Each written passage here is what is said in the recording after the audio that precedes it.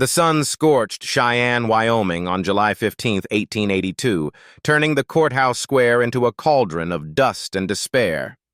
James Carter stood among the restless crowd, his calloused fingers clutching a crumpled foreclosure notice as if it were a noose tightening around his heart.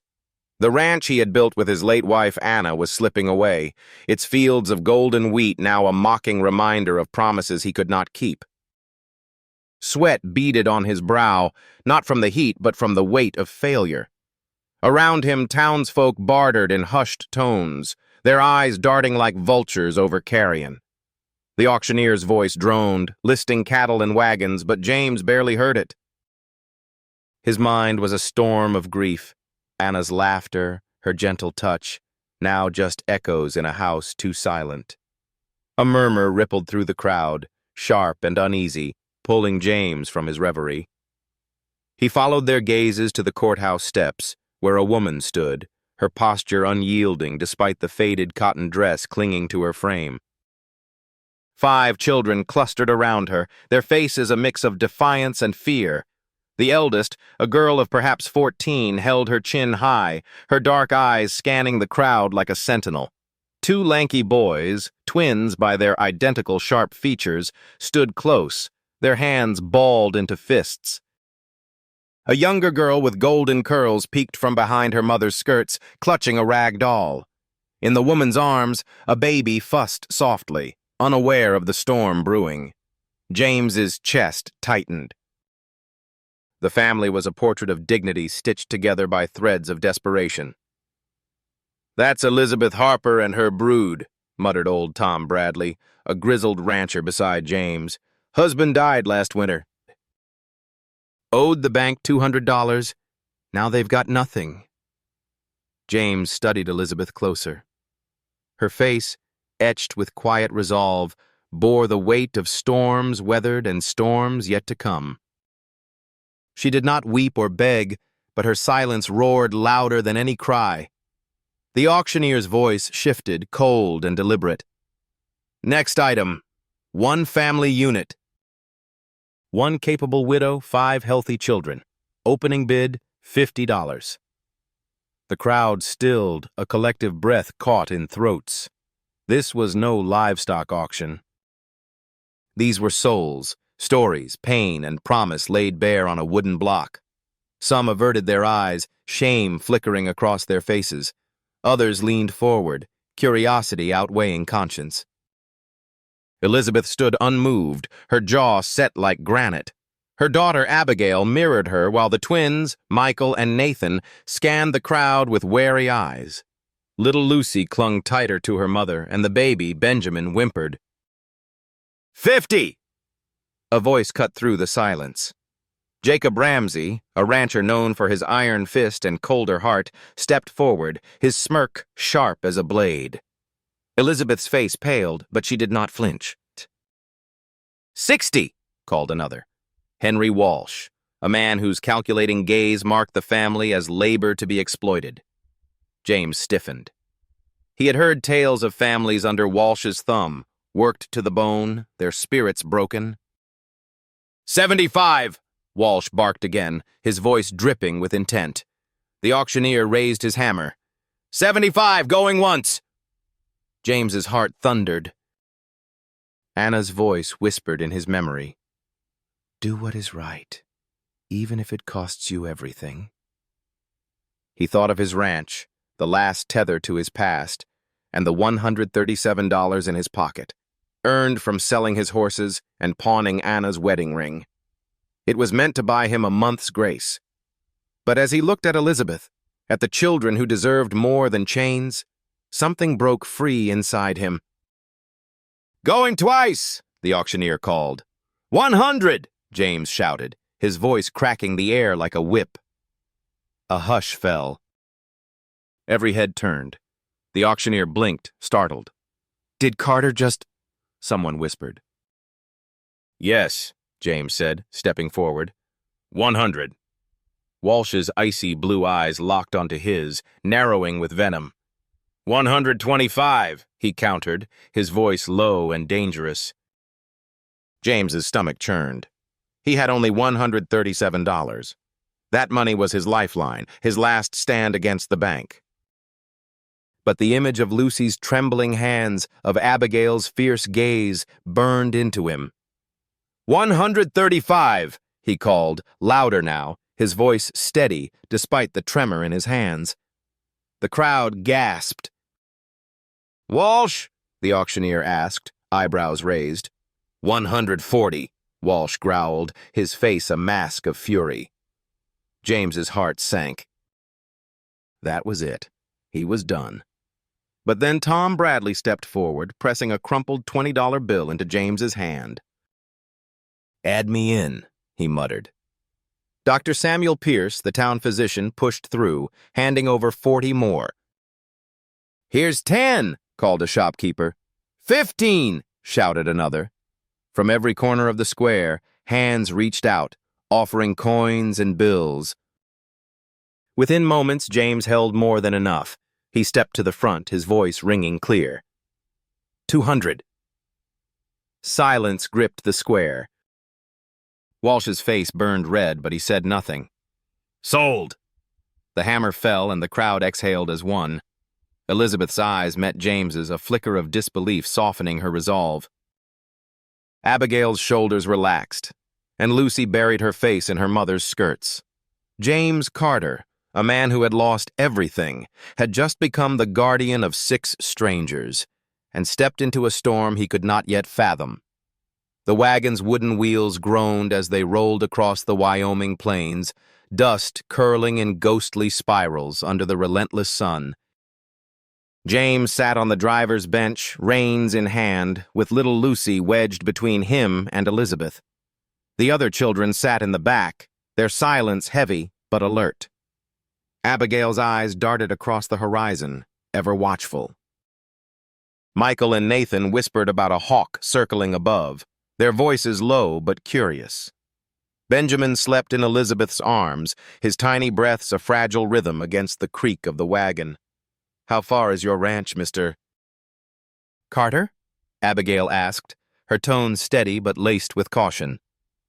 8 miles or so, James replied, glancing back. We will be there before supper. Elizabeth adjusted her bonnet to shield Benjamin from the sun.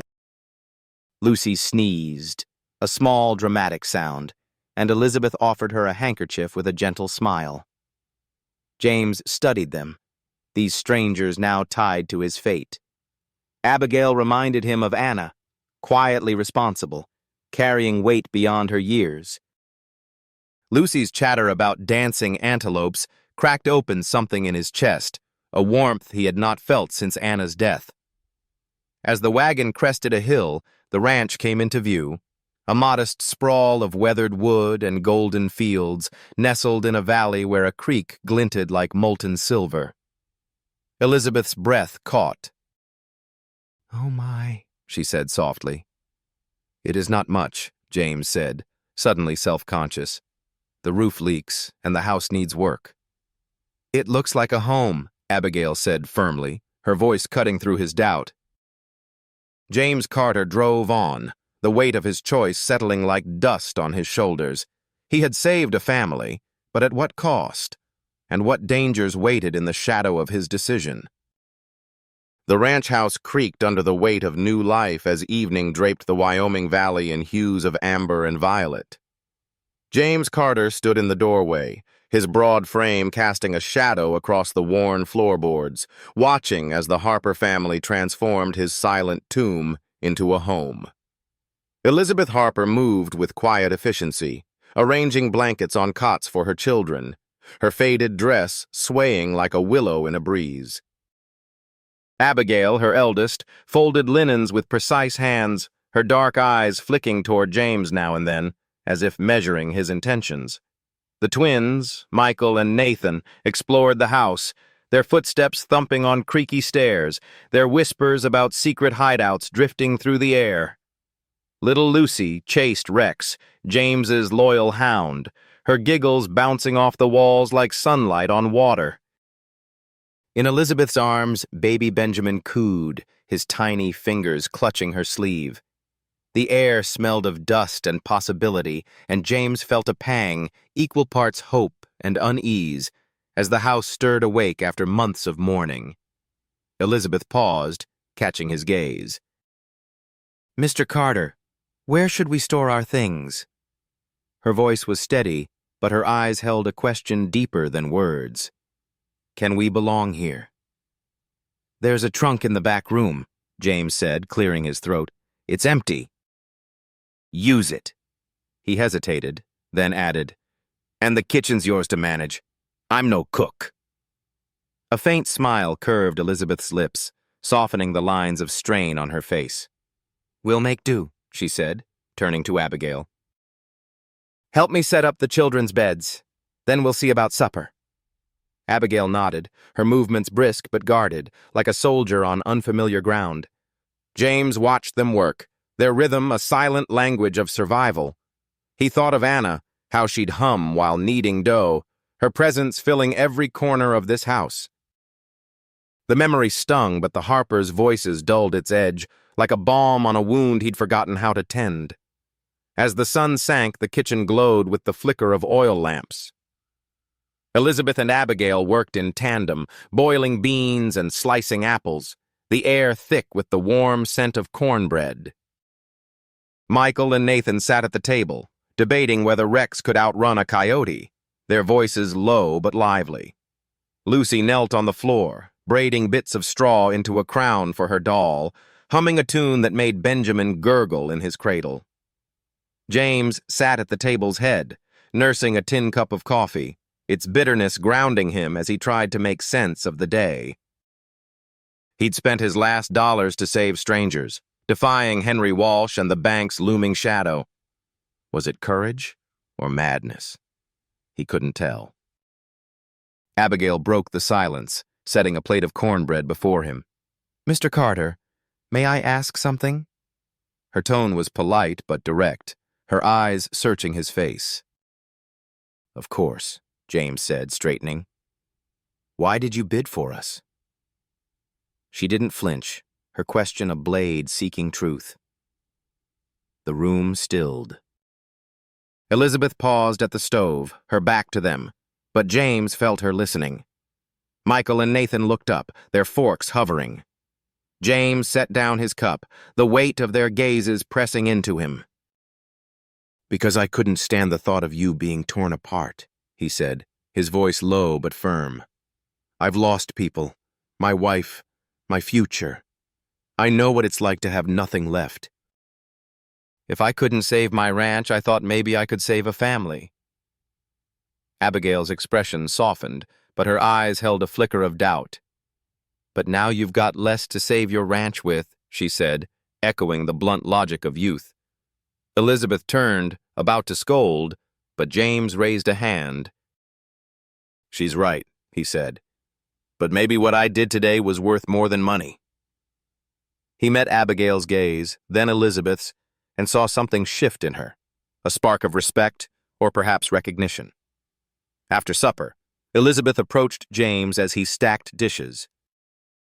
"Mr. Carter, I'd like to show you something," she said, her voice low to avoid waking the children, now settled in their cots. She led him to the parlor, where a single lamp cast shadows on the walls. From her satchel, she pulled a stack of papers, neatly written columns of numbers, crop yield estimates, expense breakdowns. James raised an eyebrow, his curiosity piqued. "I looked at your ledgers," Elizabeth admitted, her tone unapologetic. "The ones left open on the desk. You've got income, but there are leaks, feed costs, cattle losses, overspending on branding crews." She pointed to a hand-drawn map of the ranch, her finger tracing a wet patch by the creek. "This area's no good for wheat, but it's perfect for vegetables. The Cheyenne General Store charges a fortune for produce. That's your margin." James leaned in, his skepticism warring with admiration. "You did all this last night?" "I don't sleep much when there's thinking to do," Elizabeth said, her eyes glinting with quiet fire. She reached into her satchel again, producing a packet of letters tied with twine. "My late husband, Thomas, was negotiating a beef contract with the railroad, worth over $2,000. They still need suppliers." James stared, his mind racing. "But I don't have enough cattle." Elizabeth's lips curved slightly. "Henry Walsh does, and Tom Bradley wants someone to manage his herd." "Between the three of you?" "You're suggesting a partnership," James interrupted, his voice tinged with disbelief. "I'm suggesting we stop thinking like we're alone," Elizabeth said, her words steady as stone. For a moment, James couldn't speak. This woman, who'd stood on an auction block hours ago, was offering him a lifeline, not out of pity, but out of a strength he hadn't expected. He nodded slowly. "All right. Let's try it." The conversation lingered in James's mind as he stepped onto the porch later that night, the cool air sharp against his skin. Stars blinked above, silent sentinels over the vast plains. He leaned against the railing, Anna's memory rising like a ghost. She'd always said the ranch was more than land. It was a promise to live fully, to fight for what mattered. But James had buried that promise with her, letting grief choke his heart. Today, he'd acted on instinct, driven by her voice in his head. Now, with Elizabeth's plan and the children's laughter echoing inside, he felt the ground shift beneath him. He thought of Elizabeth, her calm resolve masking a mind as sharp as a blade. She unsettled him, not because she was a widow or a mother, but because her presence stirred something he'd thought dead. Hope. Yet doubt gnawed at him. Could he lead this family? Could he face Walsh's wrath or the bank's cold arithmetic? And what did Elizabeth Harper, with her secrets and strategies, want from him in return? Inside, the house was quiet, the children asleep, their breaths a soft rhythm. James lingered on the porch, the weight of his choice heavier now, not with regret, but with responsibility. He'd saved the Harpers, but saving them meant facing a storm he wasn't sure he could weather. Somewhere in the distance, a coyote howled, its cry sharp and fleeting, like a warning of shadows yet to come. The Wyoming night draped James Carter's ranch in a velvet hush, broken only by the soft chirp of crickets and the distant yip of a prairie dog. Inside the weathered house, the Harper family slept, their breaths weaving a fragile peace through rooms once hollow with grief. James sat at the kitchen table, an oil lamp casting flickering shadows across his face as he pored over Elizabeth Harper's ledger notes. Her neat figures danced before his eyes, vegetable yields, railroad contracts, a partnership with Tom Bradley. Hope, sharp and unfamiliar, stirred in his chest, but so did doubt. Could he trust her plan? Could he trust himself to lead this makeshift family? The creak of the house settling was his only answer until a new sound sliced through the quiet. Rex's furious barking, raw and urgent, from the yard. James bolted upright, his chair scraping the floor. The acrid stench of smoke hit him like a fist, clawing at his throat. He grabbed his rifle from the wall and flung open the door. Flames roared along the barn's roof, a beast of orange and gold devouring the night. Sparks spiraled into the sky, and the crackle of burning wood drowned out Rex's howls. "Fire!" James shouted, his voice tearing through the house as he yanked on his boots. Elizabeth appeared in the hallway, already dressed, Benjamin cradled in her arms. Her eyes widened at the glow outside, but her voice was steel. "Abigail, get the children!" Abigail, pale but steady, herded Michael, Nathan, and Lucy toward the door.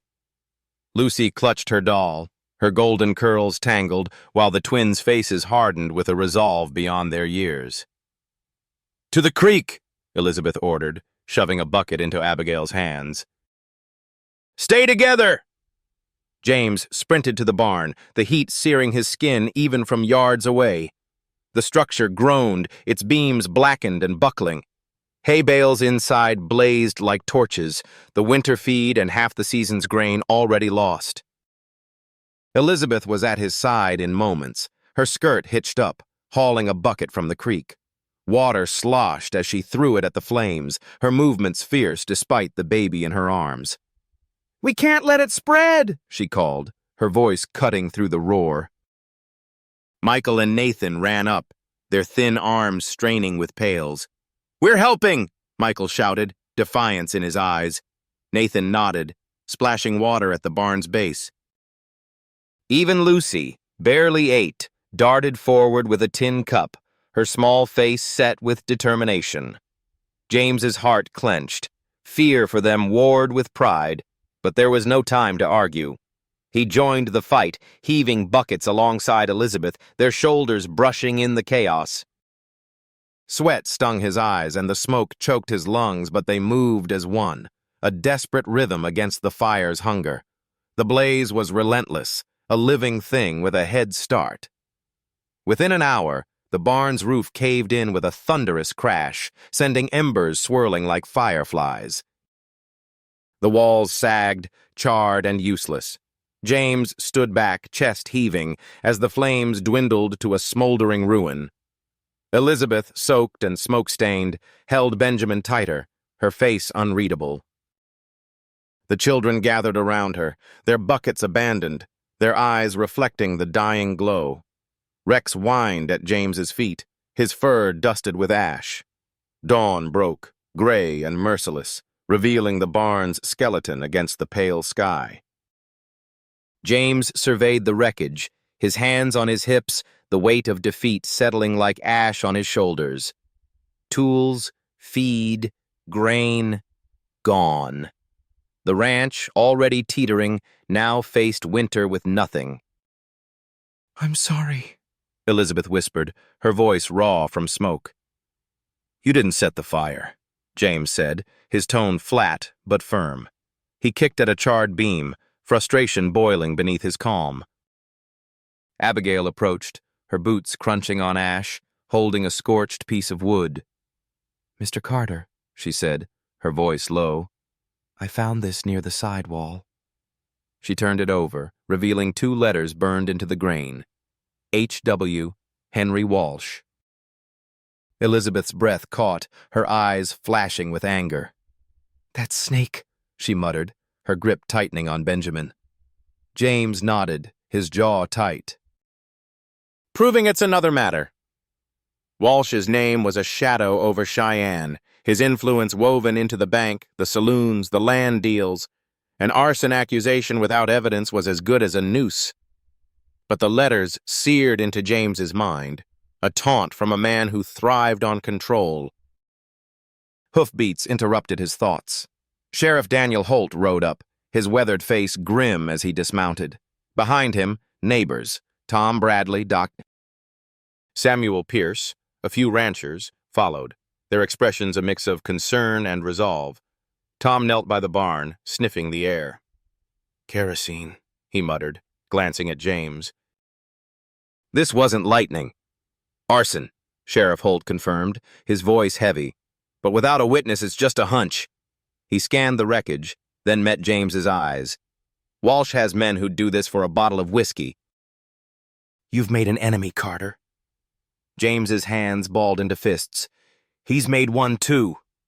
Elizabeth stepped forward, her voice calm but edged with fire. "Then we send a message back." She shifted Benjamin to her hip, her gaze locking with James's. "We rebuild, we fight, we don't break." Her words were a spark, igniting something in the tired faces around her. Tom nodded and Dr. Pierce clapped a hand on James's shoulder. As the neighbors dispersed to fetch tools and water, Abigail lingered near the barn, her eyes scanning the ground. She bent down, brushing ash from a patch of dirt, and froze. "Mr. Carter!" she called, her voice trembling with urgency. James crossed to her, Elizabeth at his heels. Abigail pointed to a faint boot print, its heel marked with a distinctive star-shaped gouge. "I saw a man with boots like that at the auction," she whispered. "One of Walsh's hands. He was watching us." James's blood ran cold. The print was no proof in a court, but it was a thread, a clue to Walsh's reach. He glanced at Elizabeth, who nodded, her face set with quiet fury. "We keep this quiet," she said, "for now." That afternoon, the family cleared debris from the barn's ruins, their hands blistered but unyielding. Michael and Nathan hauled charred wood, their banter silenced by the task. Lucy sorted nails into a tin, her small fingers steady despite the soot streaking her face. Elizabeth worked beside James, her strength a silent anchor. As they lifted a blackened beam, their eyes met, and for a moment, the world narrowed to the shared weight in their hands, the shared fight in their hearts. But as the sun dipped low, painting the valley in crimson, James felt a prickle of unease. Walsh's move was bold, but it wasn't final. A man like him didn't stop at fire. The ranch, the Harpers, the fragile hope Elizabeth's plans had kindled, all were targets.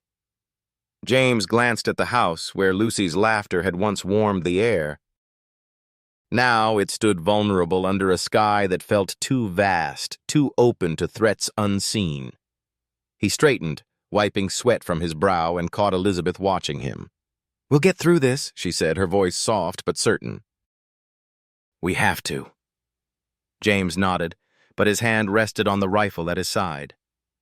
The fire was a warning, and the night was far from over. Darkness cloaked the Wyoming plains. The stars above James Carter's ranch dimmed by a haze of smoke still lingering from the barn's ruins. Inside the house, the Harper family huddled in the parlor, the oil lamp's glow casting long shadows across their faces. Elizabeth Harper sat on a worn chair, Benjamin asleep in her arms, her eyes alert despite the late hour. Abigail stood by the window, her fingers twitching at the curtain, watching the night for movement. Michael and Nathan sat cross-legged on the floor, their usual chatter replaced by a tense silence, while Lucy clutched her doll, her small frame pressed against Elizabeth's side. James paced near the door, his rifle propped against the wall, the weight of Abigail's discovery, a boot print with a star-shaped gouge, burning in his mind.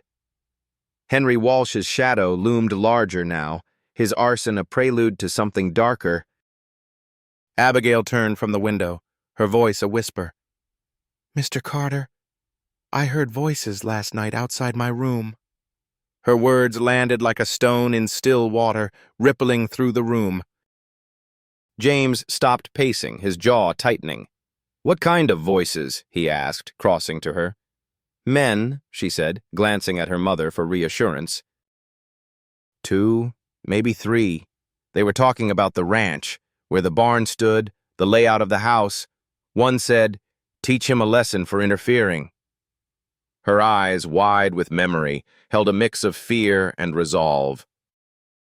Elizabeth's grip on Benjamin tightened, her face hardening.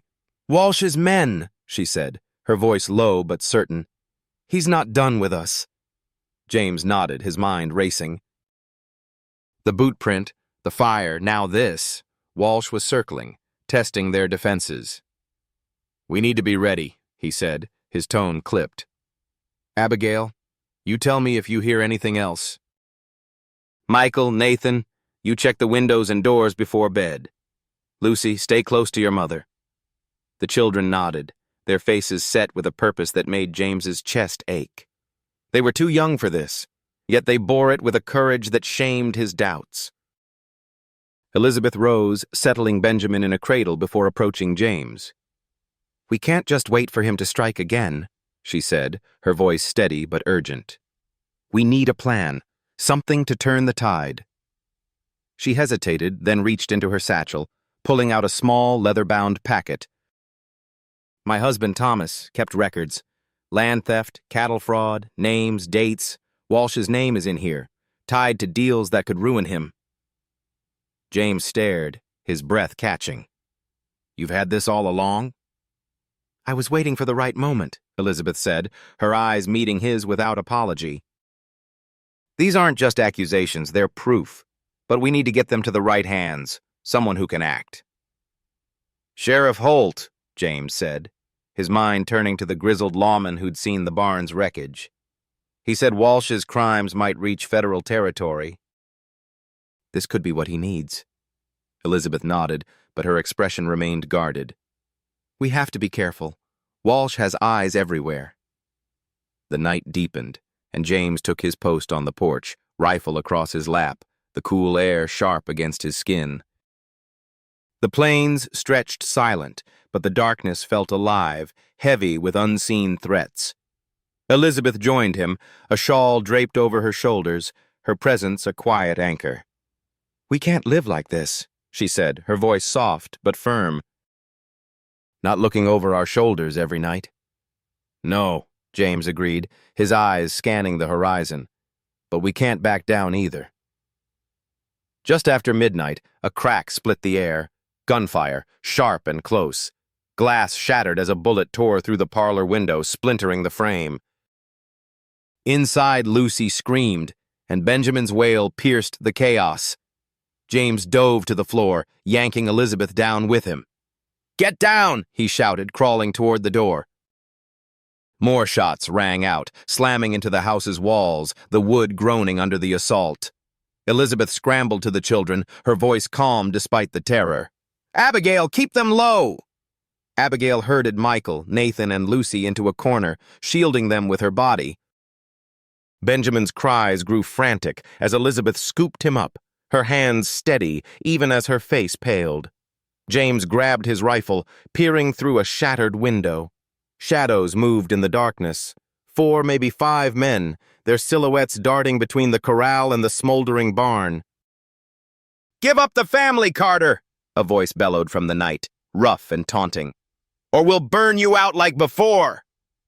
Rage surged in James, hot and wild, but he forced it down, aiming his rifle at a flicker of movement. He fired, the shot echoing across the plains. A yelp followed, and one shadow stumbled, clutching an arm. The others returned fire, bullets chewing into the porch. James ducked, his heart pounding, but Elizabeth's voice cut through the din. "They're spreading out, trying to flank us!" Before James could respond, hoofbeats thundered in the distance, growing louder. A new voice boomed, unmistakable and fierce. "This is the law. Drop your weapons!" Sheriff Daniel Holt charged into view, his deputies and a posse of neighbors, Tom Bradley, Dr. Samuel Pierce, and others, riding at his side, rifles gleaming in the moonlight. Gunfire erupted anew, but now it was Walsh's men against the posse. James fired again, covering Holt as he dismounted and took cover behind the corral. A scream rang out. One of Walsh's men fell, clutching his leg. Another bolted for the plains, only to be tackled by a deputy. The fight was fierce, but brief. Within minutes, 2 of Walsh's men were captured, their hands bound, while the others fled into the night. James lowered his rifle, his breath ragged. Elizabeth emerged from the house, Benjamin in her arms, the other children trailing behind. Her face was pale, but her eyes burned with defiance. She handed James the leather packet. "Thomas's records," she said. "Give them to Holt. Now!" James crossed to the sheriff, who was tying up a wounded man. Buck Wheeler, one of Walsh's known hands. "Sheriff," James said, holding out the packet.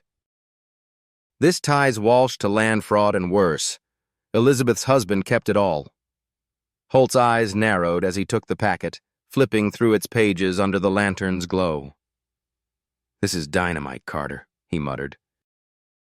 "Names, dates, deals, some of these go beyond Cheyenne. Federal marshals will want a look." He glanced at Elizabeth, then back at James. "Walsh won't go quietly." "You've started a war."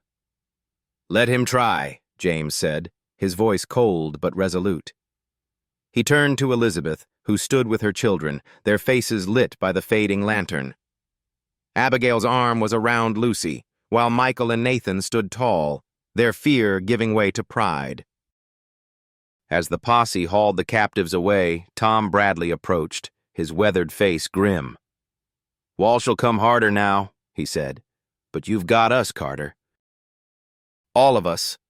James nodded, his gaze settling on Elizabeth. Her strength, her secrets, had shifted the tide tonight, but the packet was only a weapon, not a victory. Walsh's men had fled, but their master was still out there, his vengeance sharpening like a blade in the dark. Inside, the house felt different, wounded but defiant. its shattered windows a testament to the fight. James helped Elizabeth board up the damage, their hands moving in quiet sync. As they worked, Lucy's voice broke the silence, small but clear. "Mr. Carter, are we safe now?" James knelt, meeting her wide eyes. "We're safer," he said, his voice gentle but honest. "And we're together." Elizabeth's hand brushed his arm, a fleeting touch that carried weight. "Thank you," she whispered, her eyes holding his for a moment longer than needed. James stood, the night's chaos settling into resolve. Walsh had struck, but the ranch still stood. The Harpers were still his.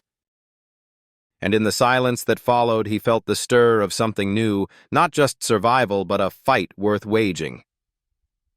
The Wyoming dawn broke over James Carter's ranch with a brittle clarity, the air sharp with the scent of ash and resolve. The house stood scarred from the night's gunfire, its boarded windows like battle wounds under the rising sun. Inside, Elizabeth Harper moved with quiet purpose, brewing coffee while Benjamin gurgled in his cradle. Abigail swept glass from the parlor floor, her movements precise despite the shadows under her eyes. Michael and Nathan hauled water from the creek, their chatter muted but defiant, while Lucy sat on the porch, braiding straw for her doll, her small voice humming a hymn. James stood at the corral, his rifle leaning against a post, his gaze fixed on the horizon. Henry Walsh's men had fled, but the packet of evidence Elizabeth had given Sheriff Holt was a gauntlet thrown. Walsh would not slink away. He would strike, and soon. Elizabeth joined James at the corral, her shawl tight against the morning chill. "We need to prepare," she said, her voice low but firm. "Walsh won't wait long." Her eyes, sharp with the weight of survival, scanned the plains as if she could see the threat taking shape. James nodded, his jaw tight. "Holt's got the packet, but Walsh has men in town. Eyes in the saloon, ears in the bank. We fortify the ranch, gather who's with us." He glanced at her, the memory of her handing over Thomas's records still vivid. "You've given us a weapon, Elizabeth. Now we hold the line." Her lips curved faintly, not a smile but an acknowledgement. "We hold it together," she said, and the word "we" carried a weight that steadied him. By mid-morning, the ranch buzzed with activity. Tom Bradley arrived with a wagon of lumber, his weathered face set with purpose. Dr. Samuel Pierce brought bandages and a rifle, his calm demeanor a quiet strength. Ranchers and shopkeepers trickled in, their hands calloused, their eyes hard with loyalty. They boarded windows, reinforced the corral, and piled sandbags near the house, transforming the ranch into a stronghold. Abigail organized the children, assigning Michael and Nathan to stack firewood as a barrier, while Lucy carried water to the workers, her small bucket sloshing with every step. Elizabeth moved among them, directing supplies with a general's precision, her voice calm but commanding. James watched her, marveling at how she turned fear into focus, chaos into order. As noon burned high, a cloud of dust rose in the distance. James's hand tightened on his rifle, his pulse quickening. "Riders!" he called, and the ranch stilled. Elizabeth ushered the children behind the house, her hand steady on Abigail's shoulder. Tom Bradley and Dr. Pierce took positions at the corral, their rifles ready. The riders emerged, Henry Walsh at the lead, his cold blue eyes glinting like steel. Behind him, a dozen men, armed and silent, their horses' hooves kicking up dust that hung like a warning. They fanned out, encircling the ranch like a noose tightening. James stepped onto the porch, rifle in hand, his stance unyielding. "This is my land, Walsh," he called, his voice carrying across the yard. "You've got no claim here." Walsh reined in his horse, his smirk sharp as a blade. "No claim?" he said, his voice smooth but venomous. "I had plans for that family, Carter. Plans you've meddled with?" "I don't take kindly to interference." Elizabeth emerged from the house, Benjamin in her arms, her chin high. She stood beside James, her presence a quiet fire. "This land belongs to Mr. Carter," she said, her voice clear and unwavering. "And we belong to no one but ourselves." Walsh's gaze flicked to her, his smirk faltering for a fraction of a second. "Bold words, widow," he said. "But you're nothing without a man's name behind you." Elizabeth's eyes narrowed, and she stepped forward, her voice dropping to a dangerous calm. "My husband's name carried weight enough to expose your crimes, Mr. Walsh. Land theft, cattle fraud. The sheriff has the proof. You're not untouchable anymore." Her words landed like a spark in dry grass, and a murmur rippled through Walsh's men, their confidence wavering. James felt a surge of admiration, but he kept his eyes on Walsh, whose face darkened with fury. "You think a few papers scare me?" Walsh spat. "This town bends to me, Carter. You're just a fool playing hero." "Then look around," James said, his voice steady. He gestured to the ranch, where neighbors stood armed and resolute. Tom Bradley at the corral, Dr. Pierce by the barn, ranchers at every corner, their rifles glinting in the sun. From the house's windows, Abigail and the twins peered out, their faces fierce. Even Lucy, clutching her doll, stood visible, her small defiance a silent challenge. Walsh's eyes swept the scene, and for the first time James saw a flicker of doubt in them. The ranch was no longer a lone target. It was a fortress, backed by a community that had drawn its line. Walsh's men shifted in their saddles, their hands twitching near their holsters, but none drew. The air coiled tight, a snake ready to strike. Elizabeth spoke again, her voice ringing with quiet power. "You've lost, Mr. Walsh. Not because we fought harder, but because we stood together. Ride away or face what comes next." Her words, calm but unyielding, seemed to hang in the dust, a verdict delivered. Walsh's jaw clenched, his hands tightening on the reins. "This isn't over," he hissed, his voice low and venomous. "You'll regret this, Carter. All of you." He turned his horse, signaling his men. They rode off, slower than they'd come, their silhouettes shrinking against the plains. No one spoke, but every face on the ranch was firm, their resolve forged in the standoff's heat. James lowered his rifle, his breath steadying. Elizabeth stood beside him, Benjamin stirring in her arms. "You didn't have to face him," James said quietly, his eyes on the retreating dust. "Yes, I did," she replied, her voice soft but certain. "You weren't just defending land. You were defending us." Their eyes met, and for a moment the world narrowed to the shared strength between them. James saw her not as a widow or a mother, but as a partner, her courage a mirror to his own. The thought unsettled him, stirring feelings he'd buried with Anna, but he pushed it aside. There was work to do. As the neighbors resumed their tasks, Abigail approached, her face pale but determined. "Mr. Carter, I saw one of Walsh's men drop this." She held out a crumpled note, its edges singed. James unfolded it, his stomach twisting. Scrawled in rough ink were words that chilled him. "Next time, the house." Elizabeth read it over his shoulder, her expression hardening. "He's desperate," she said. "That makes him dangerous." James nodded, folding the note into his pocket. "Then we stay vigilant." "We've got Holt, the neighbors, and your evidence. Walsh is cornered, but a cornered man fights hardest." The day wore on, the ranch a hive of preparation. Tom Bradley taught Michael and Nathan to load a rifle, their young faces serious. Dr. Pierce patched a neighbor's cut hand, his calm words easing tension. Lucy carried lemonade to the workers, her smile a small light in the grim air. Elizabeth organized supplies, her mind clearly turning to the next move, perhaps the railroad contract or the bank. James watched her, marveling at her resilience, but a question gnawed at him. What drove her to fight so fiercely, beyond her children's safety? As dusk painted the sky in crimson, James stood on the porch, the ranch quieter now but alive with purpose. The standoff had been a victory, but it was not the end. Walsh's threat hung like a storm cloud, and the note in James's pocket was a promise of worse to come.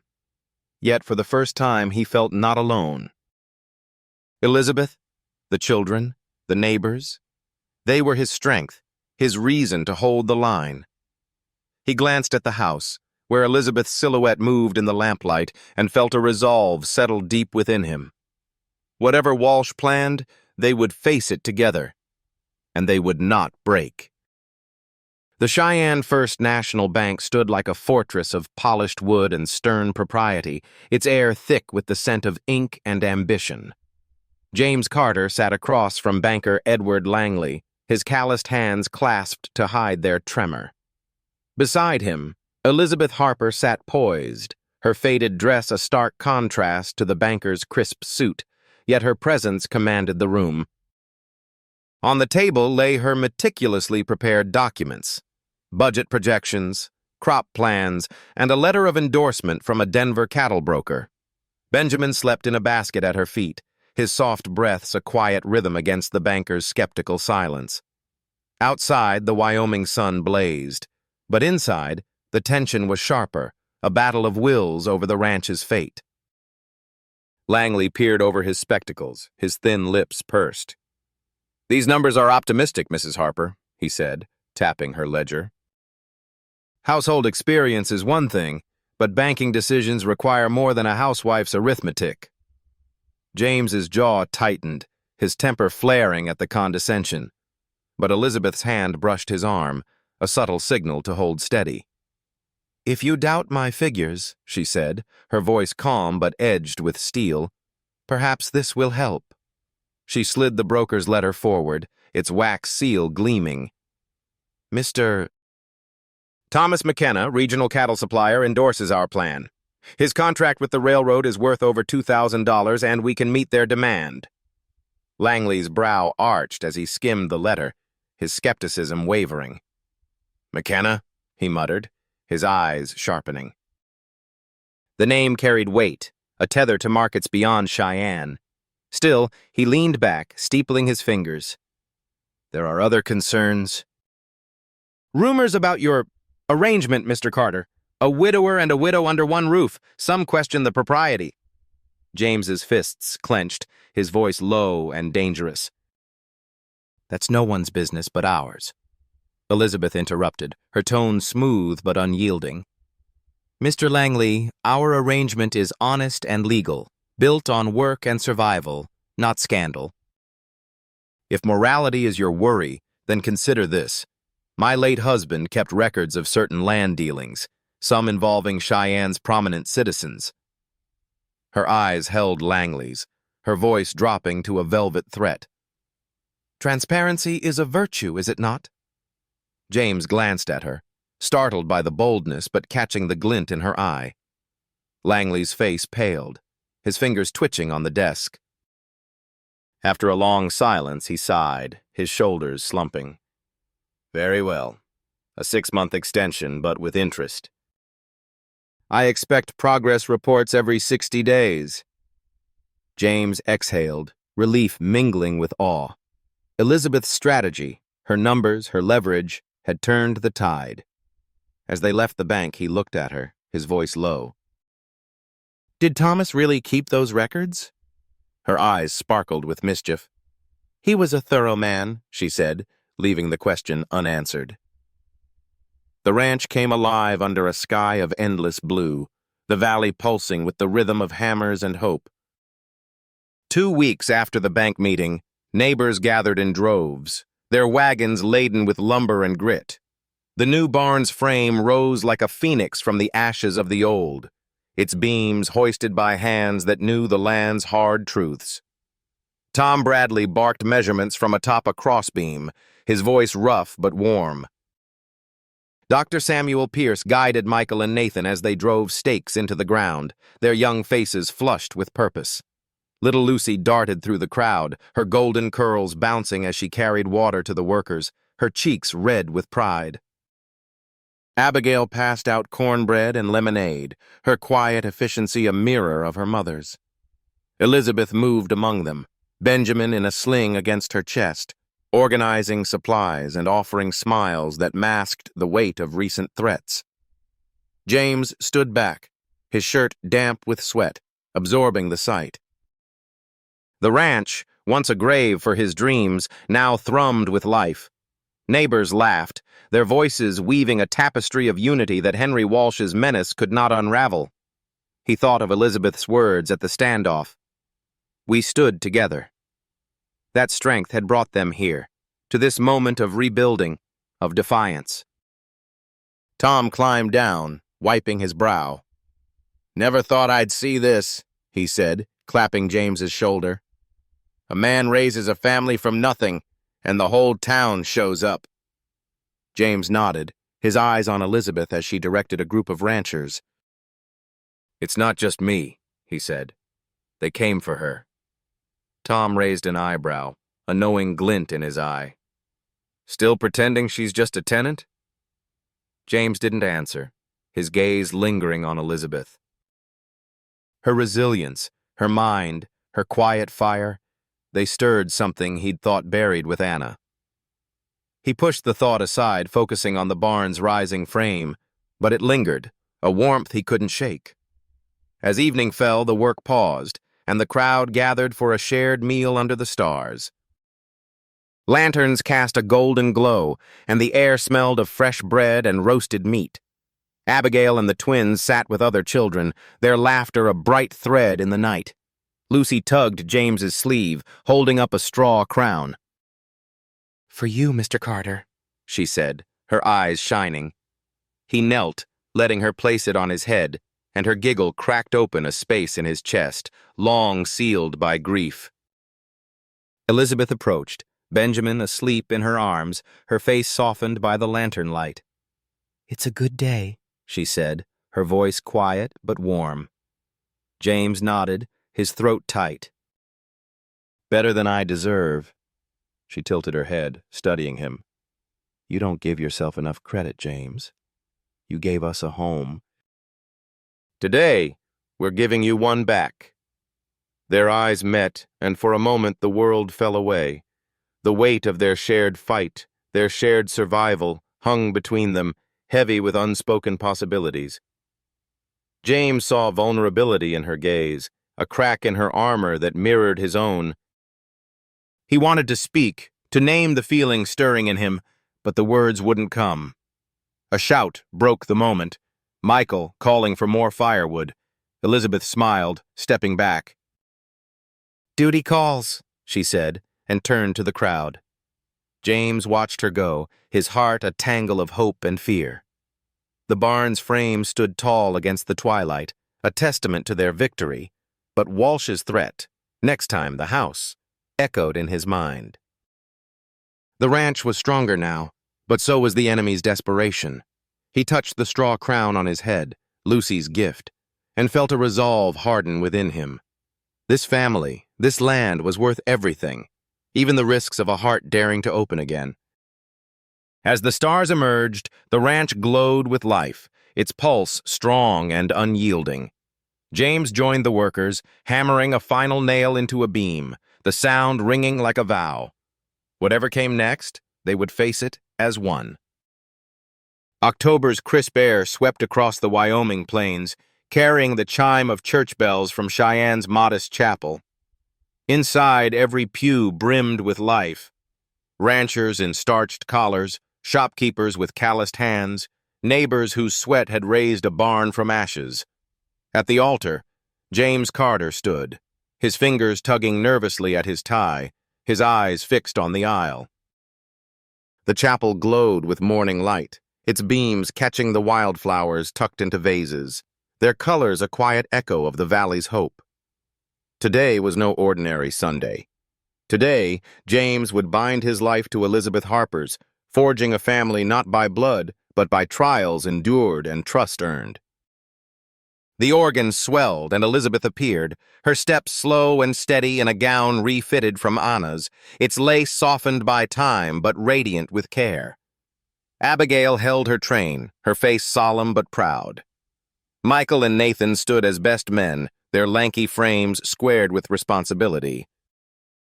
Little Lucy scattered petals, her golden curls bouncing, while Benjamin gurgled in Dr. Samuel Pierce's arms, oblivious to the moment's weight. Elizabeth's eyes met James's, warm and unwavering, and the world narrowed to the space between them.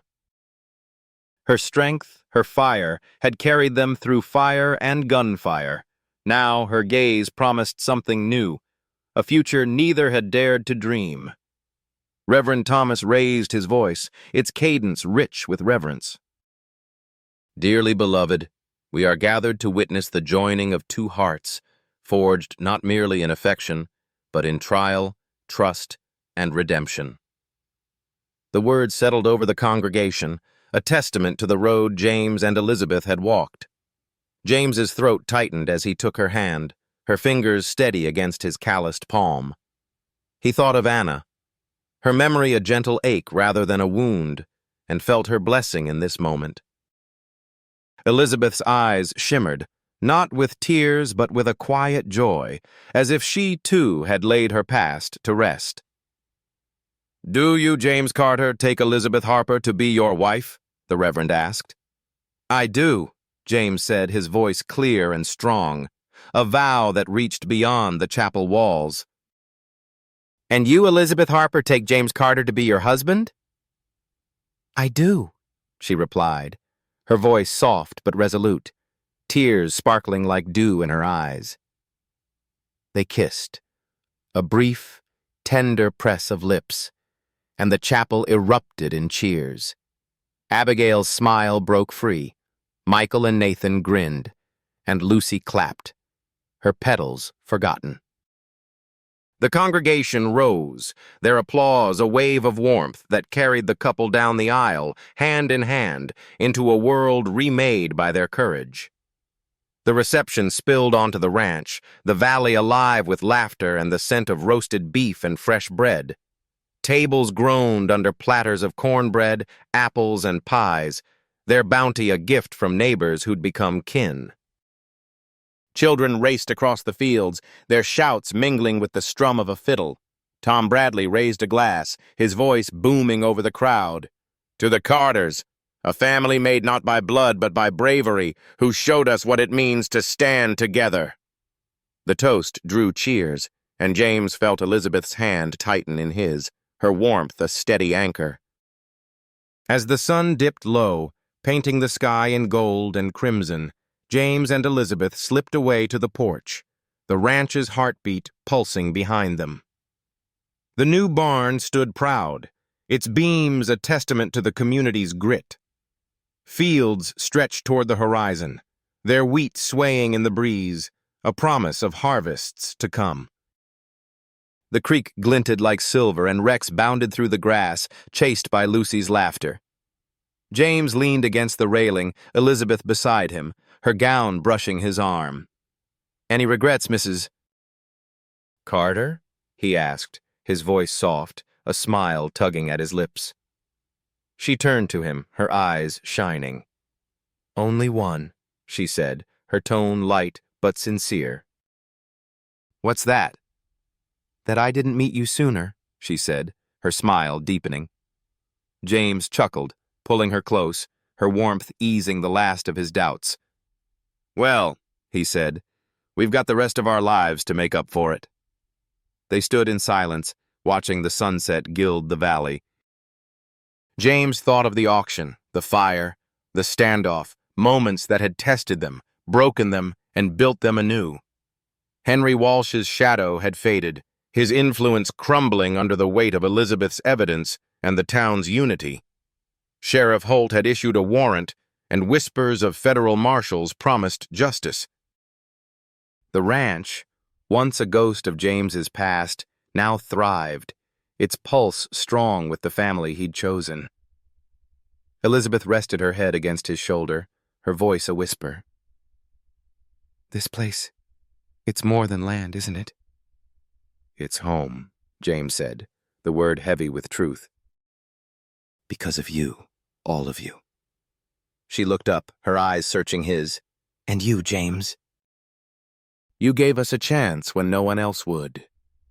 He kissed her forehead, the gesture simple but profound, a seal on their shared journey. The laughter of children, Abigail's steady voice, Michael and Nathan's banter, Lucy's giggles, rang across the prairie, a sound as vital as the wind through the wheat. James felt the weight of his old grief lift, replaced by a hope as vast as the plains. The fiddle struck up again, calling them back to the celebration.